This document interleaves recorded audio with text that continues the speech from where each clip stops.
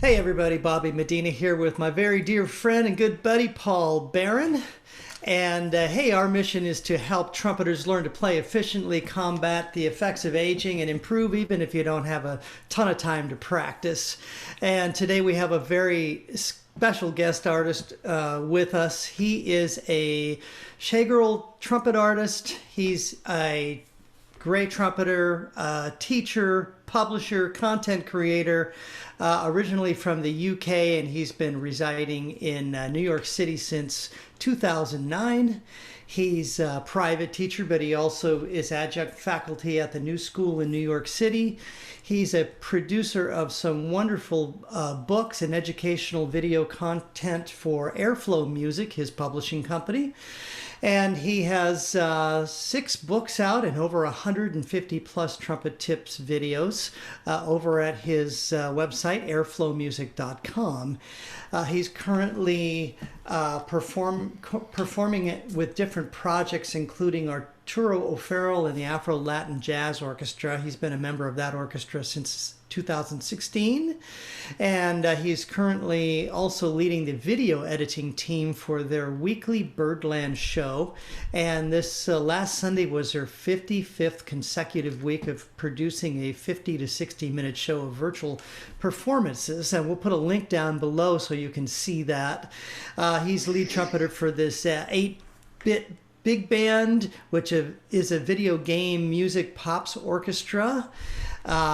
He's been part of the Blood, Sweat, and Tears trumpet platoon since 2017. He's also lead trumpet with the Duke Ellington Orchestra, which he's been working with since 2019. So welcome, Bryan Davis, and I'm going to let Paul throw out the first question. Hi, folks. Nice to see you. Wow, that's quite an impressive list, Bryan. I'm not sure how to start or anything, but I'm going to ask you first to back up to your move from the UK to the US. I'm curious what facilitated or precipitated that initially for you. Sure. Well, first of all, thanks for having me. Nice to be here. Nice to see you both. It's a pleasure. Yeah, I've been really enjoying the stuff you guys have been putting out, and it's nice to see some quality content being put out in the world, since that's half of my life at this stage. No, coming here to the US was precipitated by the fact that my wife likes it when I live in the same place as her. So Always a plus. Indeed. So yeah, she's from here. She's American, and so yeah, we did the long distance thing. We first met over 20 years ago when we were working together on a tour in Germany, a Broadway style tour. We were doing 42nd Street, and she's a dancer and choreographer and teacher and what have you these days. And so we were doing that together, and we did the long distance thing for almost 10 years. And so in the end, we managed to get visas together and what have you. And here I am, New York City, baby. So I was just kind of curious for you as a lead trumpet player, and I think a lot of people are curious about this. People that play lead have a lot of weight on them, especially if you're playing in a show. Paul knows this, night after night after night, week after week.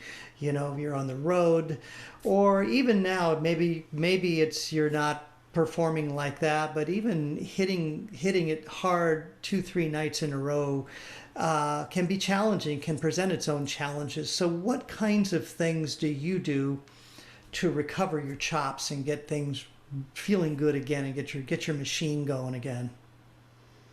Sure. Yeah, I mean that's definitely an interesting thing, and I know that Paul knows it very well, because prior to my moving here, the 3-4 years before that, we were following each other around on the road.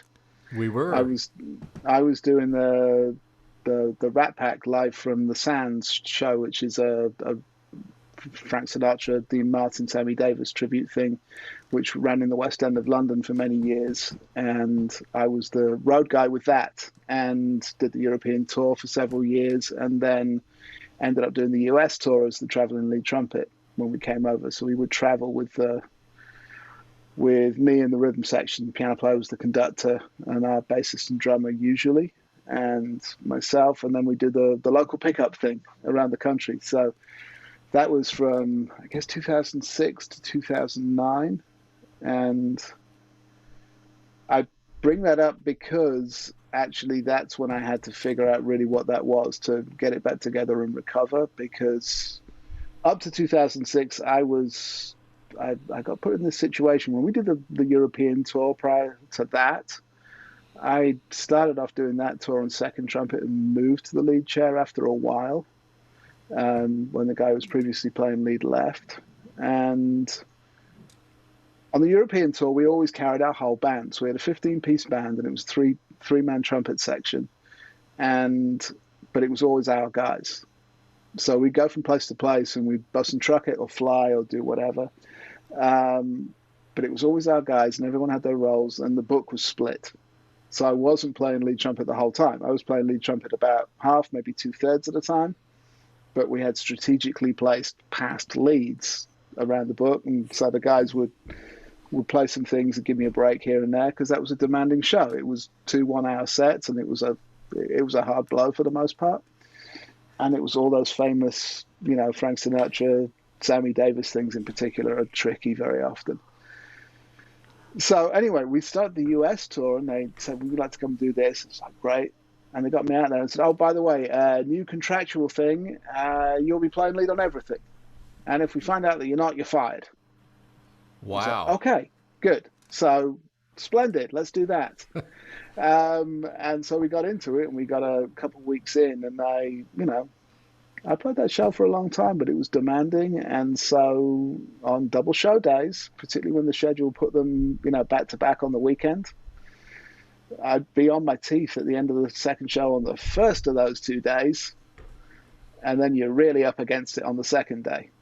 And that got tough quickly. And I realized pretty early on that earlier that year, funnily enough, we'd had a real busy spell where we were playing all the time, and I was actually commuting. We were in the UK, and I was close to home. And so where I lived in Leeds at the time, we were in Manchester, which is the next city over, and it's about, 40 miles away or something. So I was commuting from home every day, which was great, and I was there for a few weeks. And so we're playing the show 8 times a week, and then everyone at home realized that I was back, and they were like, great, we can do that project we've been putting off for a year because you've been away. And about 10 people did that to me all at the same time across the course of a month.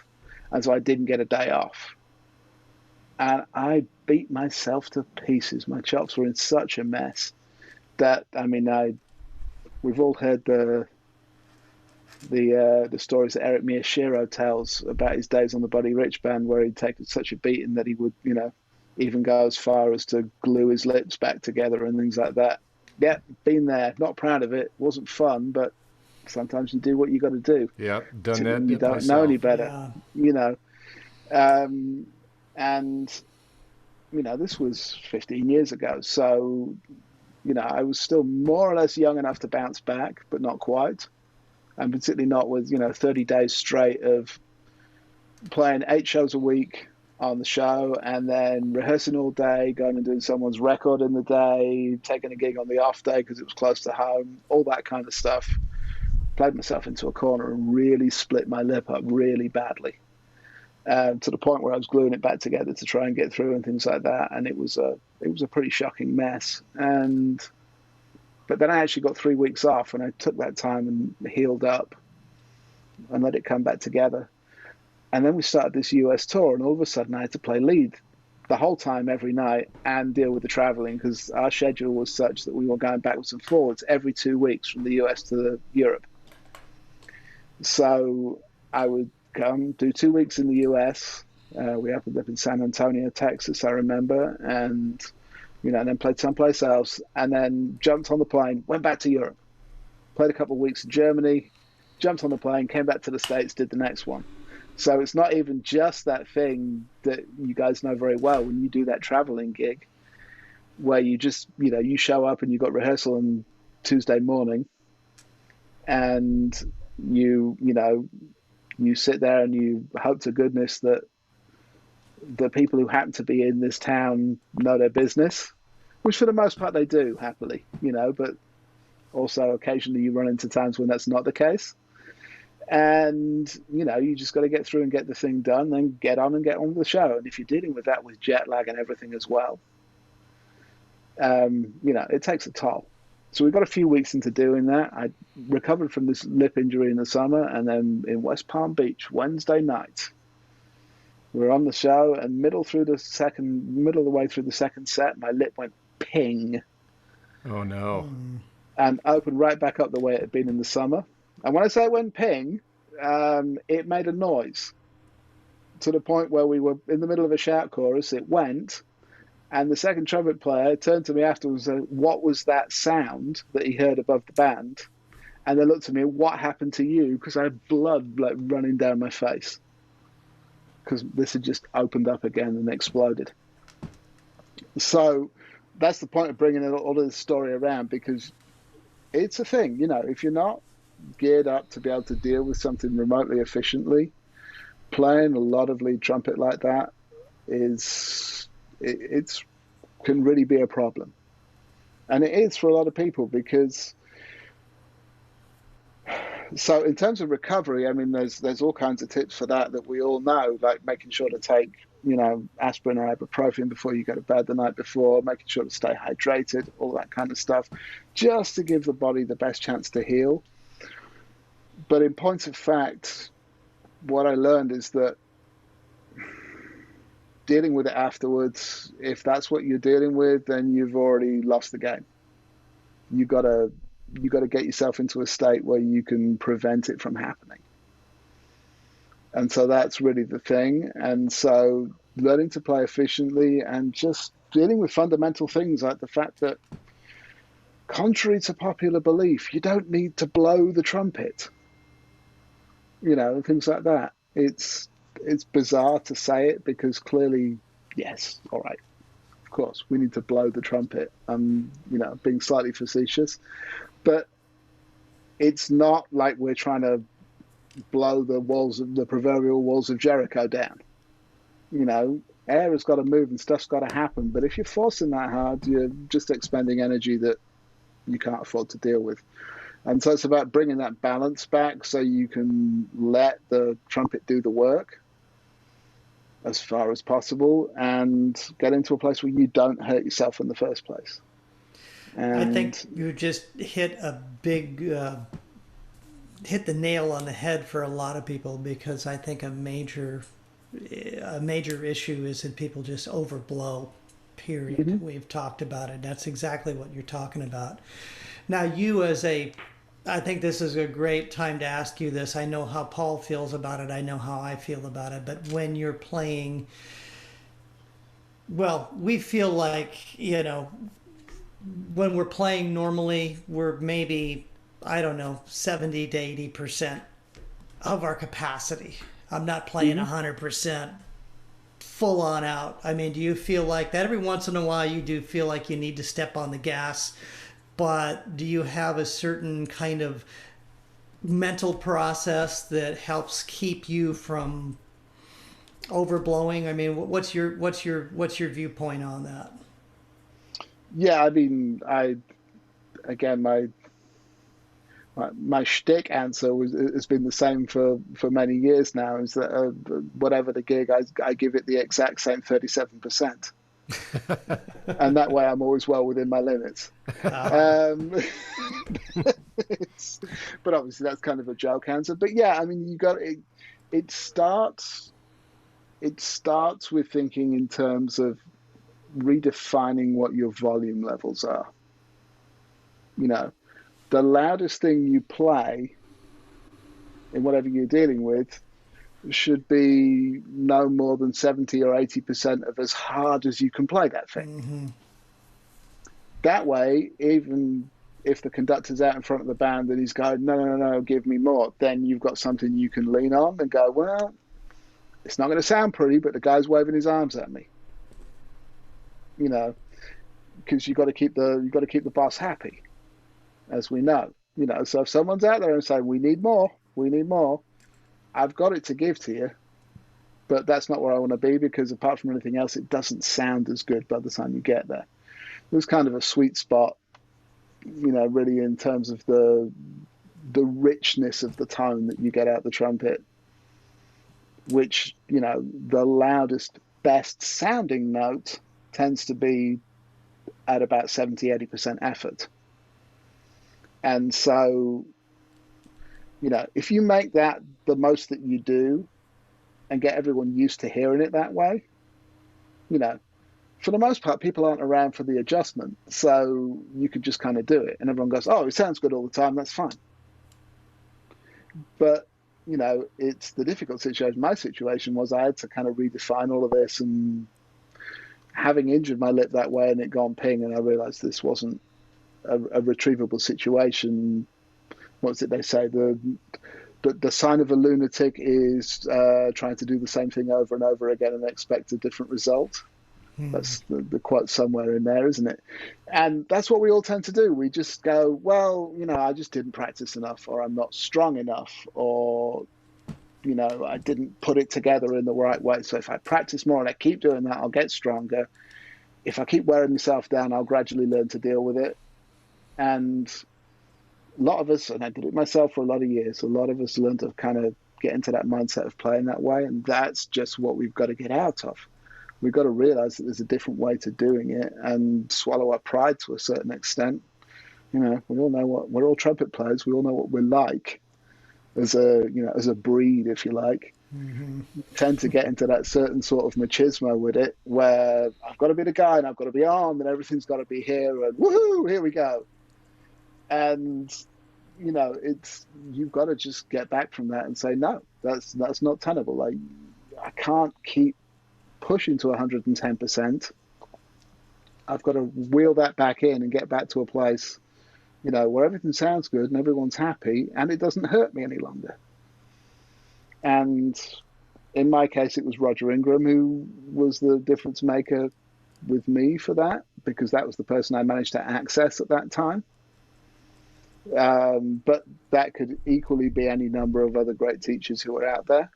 I know, Bobby, you've had similar experiences with Bobby Shue. Right. Well, he had the same thing, the same affliction, split lip on Buddy Rich's band. He had told me when, Buddy fired whoever was playing lead, and he said, Shue, you play lead from now on. Okay. He'd never played lead like that before. And, he had to figure all this out, on the job training, kind of for him. I think that's where both Eric Miyashiro and I, since we had heard the story of Bobby Shue, we both went, well, it worked for Bobby. We're going to try the crazy glue thing. And, it actually did kind of work. Hey, I'm going to shift gears a little bit, Bryan, and just ask you about your career now that you're in New York City. Let's say prior to COVID, when things were sort of normal. Sure. Yeah, I mean, it's interesting.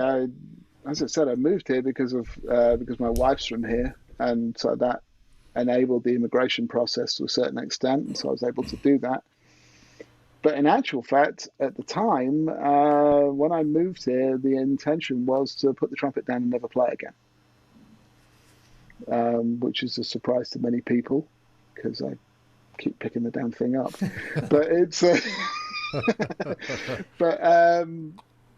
at that time, having done the road thing for 15, 16 years in various different guises, up to that point, I was, as well as all the traveling and all of that stuff, I always have a habit of finding myself into the position of being the on the road subcontractor or the union rep or either way, I always find myself in a position where I'm the guy that everyone has to shout at every day when something's not going right. And so that really kind of burned me on the whole thing. And so when I had this opportunity, I knew when I moved to the States that for immigration reasons, I wasn't going to be able to work for a spell. So I took that as an opportunity to not work for a spell. And when I had the very last weeks of the Rat Pack tour in the States, when I first moved here in 2009, we did a couple of things for Christmas because it was October or so when I moved here, and I had 3 months of work status where I was allowed to work. And then I had a break of about 6 or 7 months before I was allowed to work again, while they processed paperwork and what have you. And so, I knew that break was coming, but I was a little unprepared for how much I enjoyed it. And I started doing things I'd never done before. Like, I moved here and we got married immediately afterwards. And I was able to go to dinner with my wife on a weekend night. Things like that had just never existed before because I'd always been playing a gig. So, you get the personal life thing going in whatever way it's going, but, you find a random Tuesday for date night because that's the only night you're not working or something like that. So it was eye-opening to be, in my late 30s at that point and come to the stage where I could say, okay, great. Oh, this is how real people live. Oh, we should do this for a while. This is good. And so at that point, I put the horn down because I knew I wasn't going to be able to do anything anyway, and really enjoyed not mashing it into my face every day. And in fact, didn't pick it up for about 10 or 11 months at all. Wow. Put it away. And I was like, actually, I'm done. And I took a job when I was able to work again as a web developer, because computers have always been a thing that have made sense to me. So since I was a kid. So that's, something else I was able to do. And I still, in COVID age now, everything is on the computer as we know, but I had a kind of leg up because I was already doing most of it. So, once again, it's a theme, long-winded answer. But when I started here, the intention was to never play again. But, in late 2010, I got a call to go back when I was allowed to travel again. And I got a call to go do something in Europe for a couple of weeks with Thomas Gange. And when Gange calls, you don't say no. It's like, if Winton calls over here or something like that, it's kind of the same thing in Europe. And so, I was like, yeah, sure, no, absolutely, I can come and do that. Like, I've just got travel authorization again. I can leave. Great, let's do that. The tour coming, we had the record release tour for the record we'd done just before I moved. So I picked the horn up for a month and was like, okay, what's this again? How does this work? And I knew I'd be all right because I knew the music we were playing because we'd rehearsed it so much before we recorded it. So it was still in there. But that was interesting, picking it up after a spell. How was the physical ramp up to feeling in good shape again? How long do you feel like it took you to get back? Superficially, about 2 weeks. In real terms, in terms of getting stuff really back together and being like competent again, about 6 years. But again, it was kind of spread out. So I did that and I kind of put it back together and I got everything working again. And, I knew I had to be in shape because it was a Ganch gig and also Adam Rapper was playing. So, you got to show up when it's those guys. Yeah. Mm-hmm. And little pressure. Yeah, but that's a good thing as well because it was a joy to go and play music again after so long, and to go hang in Germany where I just love it in Germany. So that was a lot of fun anyway, or in Austria actually, but either way, and dozens of German and Austrian people just cursing at their computer screens after I just said that. Wow. But yeah, you should see the chats coming in now. Oh, yeah, yeah. After they're going crazy, I'm sure. Delete. But, so it was a joy to go do that, and that got me back in a little bit. And so I, then was able to take some calls when people I knew from here were saying, oh, we just need someone to do this rehearsal here and there. And I joined like a rehearsal band with some people who were, some people were musicians by trade, some people were part-timers who played, weekend warriors and what have you. And we'd meet on a Wednesday night and play some big band music, and they needed a lead trumpet player. And I subbed with the band years before when I was just in town at one time. So they called me and I went and did it. And I did that for, I guess, 6 or 7 years. I still did that band. And that was a lot of fun, and it was nice to just play, but I worked a day job and was a web developer. So I do odds and sods here and there, bits and pieces of rehearsals and covering for people. And that's how I first started playing with Arturo Farrell's band, because I went to cover a rehearsal at the Union and ran into Seneca Black, who plays lead with Arturo, still now. And we knew each other slightly from before. And he was like, "Oh, you're here. Great. I need someone to sub this rehearsal with Arturo." And, all my people are, either not available or no longer available to me, as that can be with different band leaders at times and what have you, So he was like, "You want to give it a go? It's really difficult, but I think you'll enjoy it." I was like, "Sure." So I went and did that and ended up subbing with that band for, I don't know, 4 years or so before I actually joined. And so it just ramped up in different ways like that. I gradually got into it. The interesting thing with how the scene works, here compared to back in the UK, is that the hustle works a little bit different. So when you go someplace, it seems to me to be largely acceptable for people to move to New York and then start cold calling people and saying, "Hi, I'm a trumpet player. Please let me sub for you." And which is great, but I never quite had the stones for that, because that's not how I was raised in the UK. If I would have done that, I would have got fired from a whole lot of things real quick and blacklisted. So, it's a different situation. So that wasn't in me to do that, even though everyone said, "Oh, just call this guy or call this guy and tell them you're a trumpet player, and they'll have you and you'll be able to go and start subbing their Broadway show." And I was like, it doesn't feel right. So I didn't do that for a long time. So it was a much more organic sort of introduction to getting into the scene. So I'd get on an odd gig here and there and get to play with somebody, and they go, "Oh, we need someone to come do this. Could you come do this?" And I did it by being heard rather than forcing myself into the situation, which I think ultimately is a lot better, because it's people's choice then to call you rather than you forcing the issue. I grew up the same way in Canada as well when I moved to the U.S. and nothing against one, style or well, no, other. Absolutely. It's just different. It's just different. Yeah, we're just not used to. Well, I always kid about Canadians. The first word that we learn is sorry. Indeed. Yeah. Sorry to bother you, but, that's not a great way to hustle for a gig. Mm-hmm.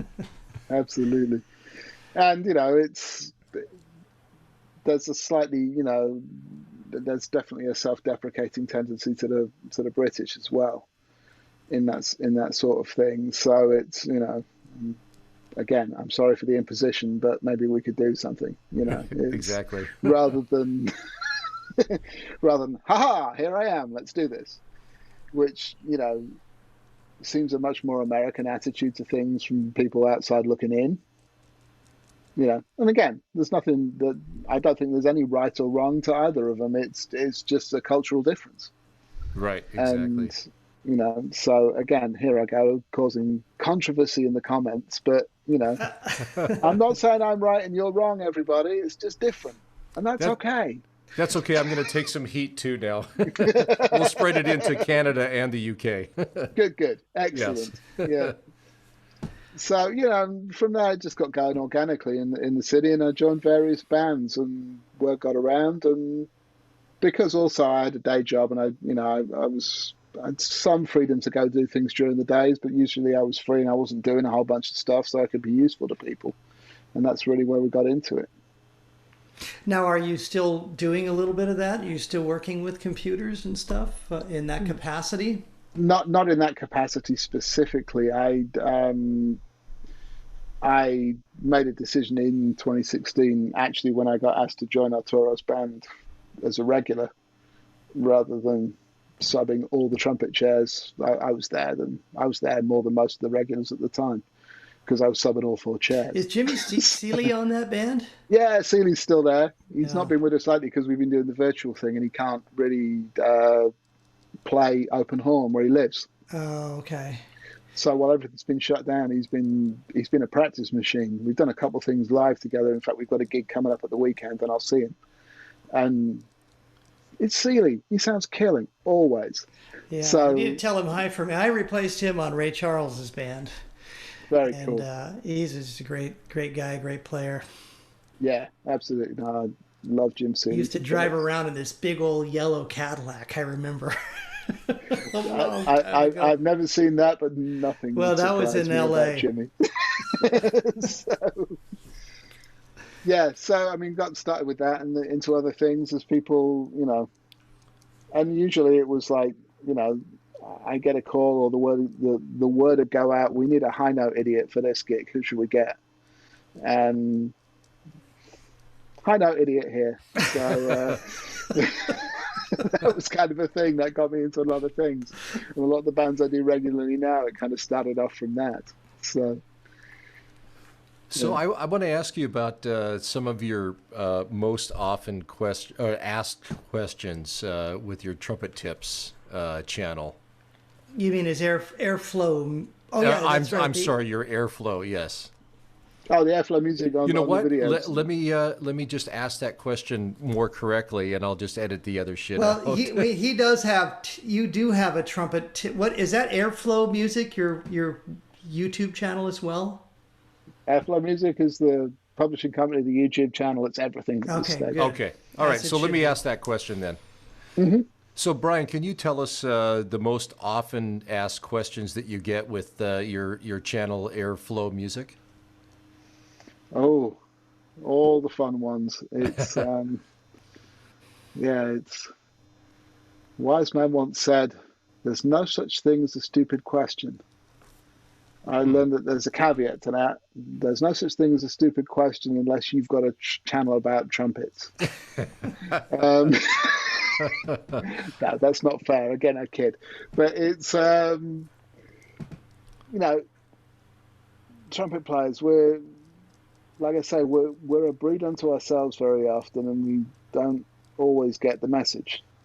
And so, I mean, obviously, the things that I get asked most about are obvious. It's how do you play high notes and what mouthpiece is that? Because again, it turns into a cliche, but it's what we all get obsessed with. But the one that I see most often, which I have no choice but to kind of chuckle to myself at this stage because it happens so often and there is no answer to it, is in the comments on a YouTube video from a person somewhere in the world that I've never met before. They will say, "Would this mouthpiece be a good fit for me?" I can't tell you how many times I've seen that one. Wow. And usually in one of the videos I've done about mouthpieces, where the whole point of the video has been, I play my mouthpiece because it fits me.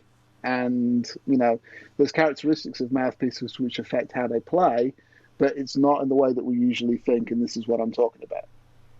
That's the crux of any video about mouthpieces that I think that I've ever made. So what's the best mouthpiece for high notes? The one that fits you, but shallow cup isn't better high notes. It may alter the sound to be more pleasing in the high register, but it doesn't inherently make it easier to play high notes. It's that kind of thing. There's those kind of distinctions and common sense things that I'm trying to make and just trying to get that kind of good information out there, which is the whole point of doing this in the first place. Sure. Well, and using that as a lead-in, tell us a little bit about the books you have, because you have a number of great publications there that are both available as PDF files, like ebooks, as well as hard copies, right? So why don't you tell us a little bit about some of your offerings there? Sure. I started out with Afro Music originally just as a publishing company to put books out there, because I'd kind of half written a number of books over the years, but you get stuck because no one wants to, you're like, how do I do this? How do I get those out there? Yeah. And once I quit doing the web development thing as my gig during the day, it occurred to me that basically I'd just been doing a publishing job for 6 years. I've been dealing with layouts, I've been dealing with stuff on the screen, I've been dealing with making things look right, I've been dealing with making text hopefully be sensible and make sense to people. So there's a lot of crossover in there. And so I had a number of different like exercise routines and things like that I'd put together over the years for myself and for my students over the years and things like that, that I was like, okay, I can finally actually do this. I don't need to go shopping to a publisher here, there, and everywhere. You know, this was the days before Q Press, or right around the beginning of Q Press, maybe, when that wasn't, you know, the majority publisher in brass music at the time. I mean, Mr. Quinlan over there has done a remarkable job in getting all that stuff out in front of people. He sure has. Hats off to him, you know, your books included, Paul, which are great.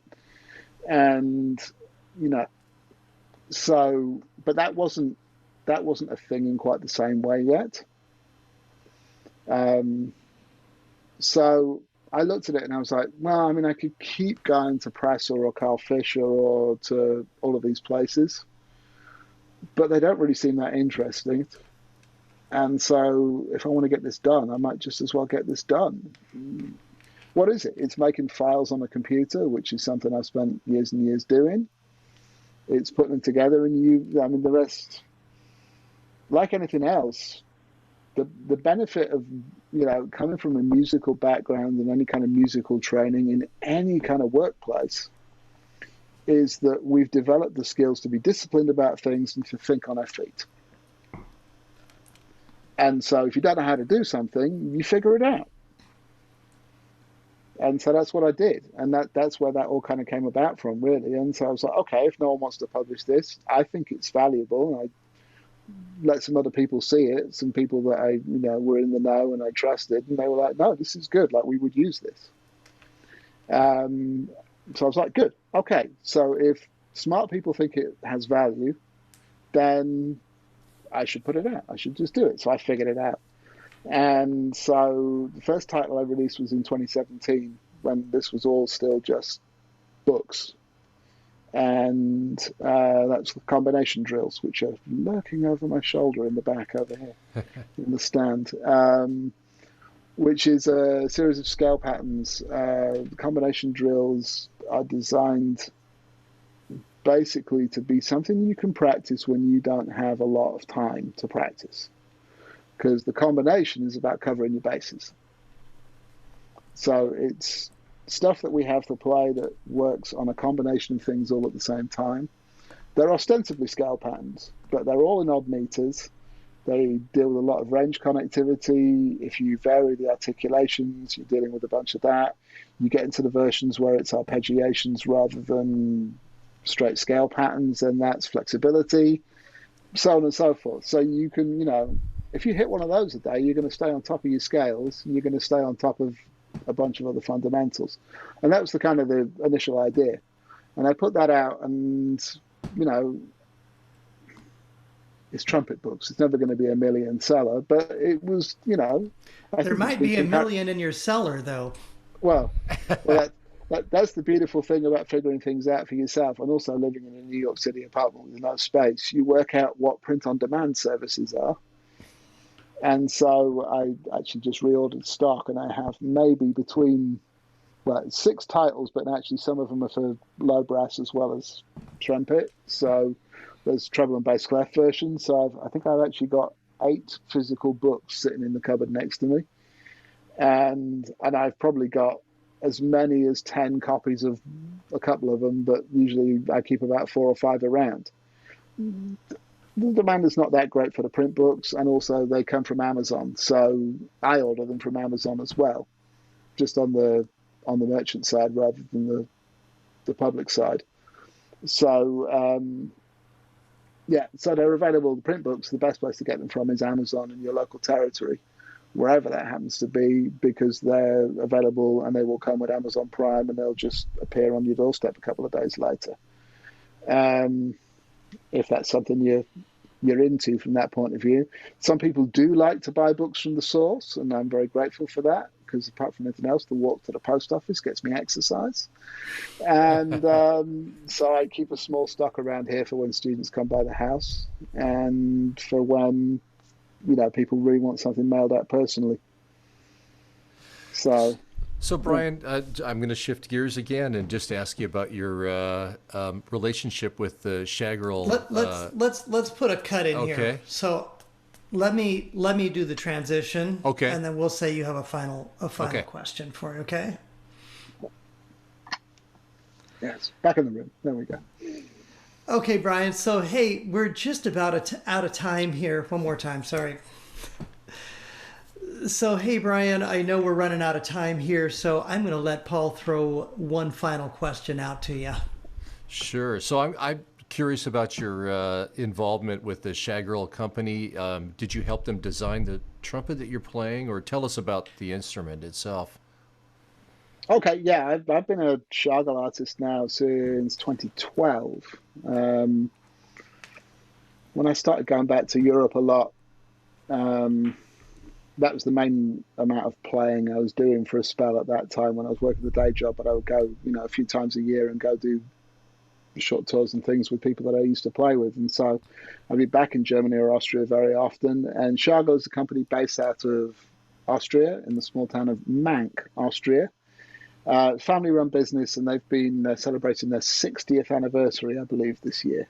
Wow. Producing trumpets. Now, historically, they've been best known for their German-style orchestral trumpets, the rotary valve horns, which are the mainstays of a lot of mainland European orchestras. Certainly the Berlin Phil always keep a section's worth of Shagerl trumpets around, and a lot of those orchestras do as well. But they've been making piston horns for a long time as well. And the horn I actually play is the James Morrison model. So it's not one I designed myself, although this is the lead trumpet tweaked version with a couple little tweaks in different materials and springs and things like that I like to make it a little more lead trumpet centric, just for slotting and what have you. But yeah, I got this in 2012. I was on tour in Austria with 3 different groups in the space of about 3 or 4 weeks, actually, including Thomas Gansch, who's a Shagerl artist of long standing. That was the Gansch horn and the Killer Queen Flugel. And I was over there, and we were playing in St. Polten with I think it was the Jazz Big Band Graz tour at that point. We were playing a big band and symphony orchestra in some of the big concert halls. And so we were in St. Polten, and that's the next big city over from where Mank is. So a couple of the guys from the shop came by to the concert. They were like, "What are you doing tomorrow? If you don't have to be in Vienna till the evening, come by the shop."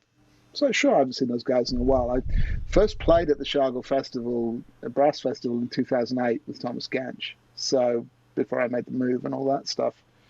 And so that was the first time I'd kind of met the guys over there and seen some of the instruments and got to know what awesome people they are. Because that's the main thing for me. The horn plays great, and I play this horn because I love this horn. The fact that they've decided to call me a Shagerl artist is kind of incidental to that. But they're awesome people, and I love the horn, so that's the reason for that. But I went over in 2012, and it's when this one had recently come out, and they were trying to sell me on a different model. I think, almost with the prospect of putting my name on it or something, but it was a Bach copy, and for various reasons, I'm not into Bach trumpets. I've never found one that I really liked how it played. Perfectly great horns, just not for me, And so I ended up over there testing out these horns, and I was testing out a bunch of things, and I found this very trumpet that is in my hands, and tried it out, and I was like, yeah, that one's interesting to me. Really? You like the James Morrison horn? I was surprised. I was like, no, it's perfect. The thing I like about it is that it plays nice and easily upstairs. You can sing around on the thing. And also, if you go real gentle with it, it gets real smoky and dark. It's got a real wide kind of tone color to it. It'll do a lot of things. And so that's what really attracted me to it. And I've played it ever since. And they were kind enough to make me a Shagerl artist and use me in some of the advertising. But they're great folks over there. And I've also got a rotary valve Flugel, which is stowed in the other room, actually, so I can't grab it. But Yeah, and I've been with them ever since. I was back at the Shagerl Brass Festival last time they did it in 2014, which was again an awesome experience to stand up there with. I played lead in the in the festival big band that year. James Morrison directed us, and I got to hang with Andy Harderer from the VDR band in Cologne, who's again a long time Shagerl connected person, and yeah, and play with him, which is just a great thrill because Andy's the greatest. So that was a very cool time. Awesome. Well, Bryan Davis, thank you so much for spending some time and sharing your insights with all of us. And remember, everybody, you can check out Bryan's work on his YouTube channel, Airflow Music, as well as airflowmusic.com for all of his publications. Thanks so much for spending a little time with us and for being part of our groups. We sure love having you, and continued success to you. Thank you so much. It's been a pleasure. Nice to see you guys. Thanks, Bryan.